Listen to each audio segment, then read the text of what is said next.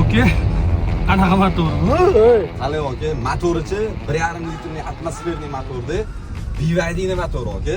Yo'q, lekin bosh yomon tortadi. To'g'rimiz yaxshi ish qilib. Zo'r aka mana.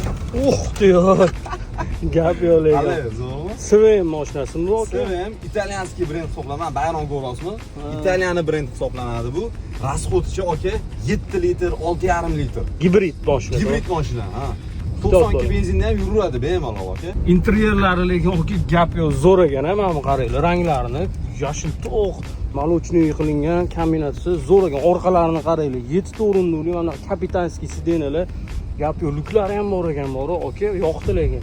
Mazax haydab yuribsiz lekin. Mazax haydab. Yomon shustri mashina. Вообще gap yo'q lekin.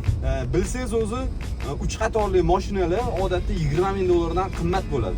Bu mashina bo'lsa 20 ming dollardan arzon. Вообще shustri ekan, shaharda yurimiz, tuk kirib ketyapti. To'g'rimiz ham zo'r ishlayverar ekan. Shahar uchun shunaqa ixcham 3 qatorli 7 ta o'rindiqli crossover qidirgan bo'lsanglar, mana sizlarga Seven G03 modeli. Gap yo'q, Seven yoqdi menga, aka. Yoqdimi? Narxini bilmoqchi bo'lsanglar, kommentariyaga plus yozib qo'yinglar.